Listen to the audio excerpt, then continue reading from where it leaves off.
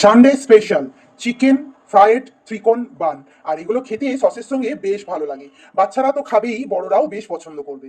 প্রথমেই আমি 1 চামচ ইস্ট, 1 চামচ চিনি আর স্বাদ অনুসারে নুন আর জল দিয়ে আমি এটাকে ভালো করে মিশিয়ে 10 মিনিটের জন্য ঢাকা দিয়ে রেখে দেবো, যাতে ইস্টটা খুব ভালোভাবে ফুলে যায়। এরপর আমি নিয়েছি 1 কেজি ময়দা, তার মধ্যে 50 গ্রাম সাদা তেল আর দিয়ে দিচ্ছি সেই ইস্ট ভেজানো জলটা।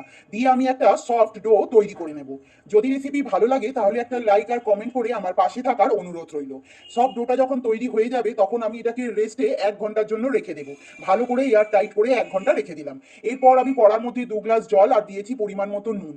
দিয়ে আমি চিকেনের বেস্ট পিসগুলো দোকান থেকে ঠিক এরকম লম্বা লম্বা করে কাটিয়ে নিয়ে এসেছি। সেগুলোকেই আমি খুব ভালো করে সেদ্ধ করে নিলাম। সেদ্ধ করে নেবার পর কাঁটা চামচের সাহায্যে আমি এই চিকেনের বেস্ট পিসটাকে বেশ ভালোভাবে ছাড়িয়ে নেব আর দেখে নেব কোথাও হাড় আছে কিনা, কারণ আমাদের এখানে বোনলেস চিকেনটাই দরকার। ঠিক এইভাবেই আমরা ছাড়িয়ে নেব। একদম ঝুড়ো ঝুড়ো করে ছাড়িয়ে আমি রেডি করে নিয়েছি।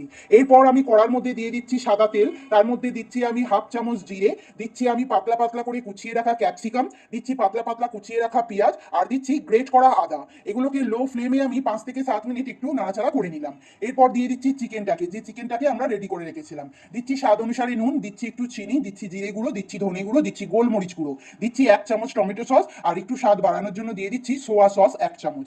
এই সমস্ত কিছু উপকরণকে আমি হাই ফ্লেমে খুব ভালো করে নাড়াচাড়া করে মিশিয়ে নেব। ততক্ষণ মেশাবো যতক্ষণ না চিকেনটা একদম ঝুরঝুরে হয়ে যাচ্ছে আর চিকেনের রংটা চেঞ্জ হয়ে যাচ্ছে। এই যে দেখুন, নাড়াচাড়া করতে করতে চিকেনটা ঝুরঝুরে হয়ে গেছে, কালারও চেঞ্জ হয়ে গেছে, চিকেন আমাদের রেডি। ওপর থেকে দিয়ে দিচ্ছি গরম মশলা গুঁড়ো, দিয়ে নাড়াচাড়া করে এটাকে ঠান্ডা করার জন্য রেখে দেবো। এরপর 1 ঘন্টা পর আমরা আটাটা নিয়েছি, আটাটা খুব ভালোভাবে ফুলে গেছে। ফুলে যাওয়ার পর আমি আবারও এটাকে হাতে করে খুব ভালো করে মথে নিচ্ছি। খুব ভালো করে এটা মথে নিতে হবে, তাহলে বেশ ভালো হবে। এরপর নিজের ইচ্ছে অনুসারে আমি লেচি করে নিচ্ছি। আমি একটু বড় বড় করে লেচি করছি যাতে একসঙ্গে 4 থেকে 5টা বার করে নিতে পারি। ঠিক এরকম বড় বড় লেচি করে সামান্য একটু ময়দা দিয়ে আমি গোল গোল করে বেলে নেব। না বেশি মোটা আর না বেশি একদম পাতলা, ঠিক মিডিয়াম। ঠিক এইভাবে দেখুন, যতটা আমি গোল গোল করে বেলেছি, যদি বেলনি বড় থাকে তাহলে আরো বড় করে বেলতে পারেন। ঠিক এরকম ঠিক রেখে আমি বেলে নেব। এরপর একটা ছুরির সাহায্যে আমি এটাকে 4 কোনা করে কেটে নিচ্ছি। আপনারা চাইলে যে কোনো শেপ দিতে পারেন, সেটাও কিন্তু বেশ ভালো হবে। আমি 4 কোনা করে কেটে নিচ্ছি এই রুটিটাকে। যদি রেসিপি ভালো লাগে তাহলে একটা লাইক আর কমেন্ট করে আমার পাশে থাকার অনুরোধ রইল। যদি আপনি ফেসবুক থেকে দেখেন তাহলে ফলো করে নেবেন, যাতে সর্বপ্রথম আমি আপনার কাছে পৌঁছাতে পারি।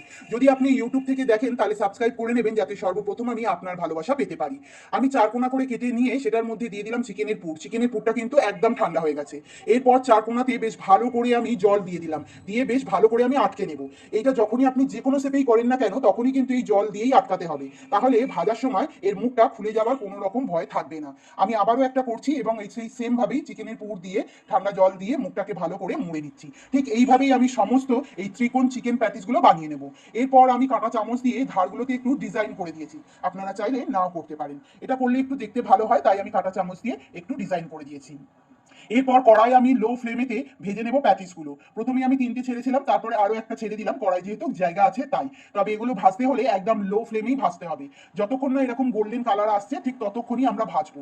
লো ফ্লেমে ভাজলে ওপরের খোলটা হবে মুচমুচে আর ভিতরের খোলটা হবে বেশ নরম সফট, খেতে বেশ ভালো লাগবে। তাই আমি লো ফ্লেমে প্যাটিসগুলো ভেজে তুলে নিলাম, সরি বানগুলো ভেজে তুলে নিলাম। আমি যেহেতু প্যাটিসের আকারে করেছি তাই প্যাটিস ভুলে বলে দিয়েছি। আমি এবার এগুলো ভাজা হয়ে গেছে, এইভাবেই আমি সবগুলো রেডি করে নিলাম। আবারও দেখা হবে আমার সকল প্রিয় বন্ধুদের সঙ্গে নতুন একটা রেসিপির সঙ্গে। টাটা।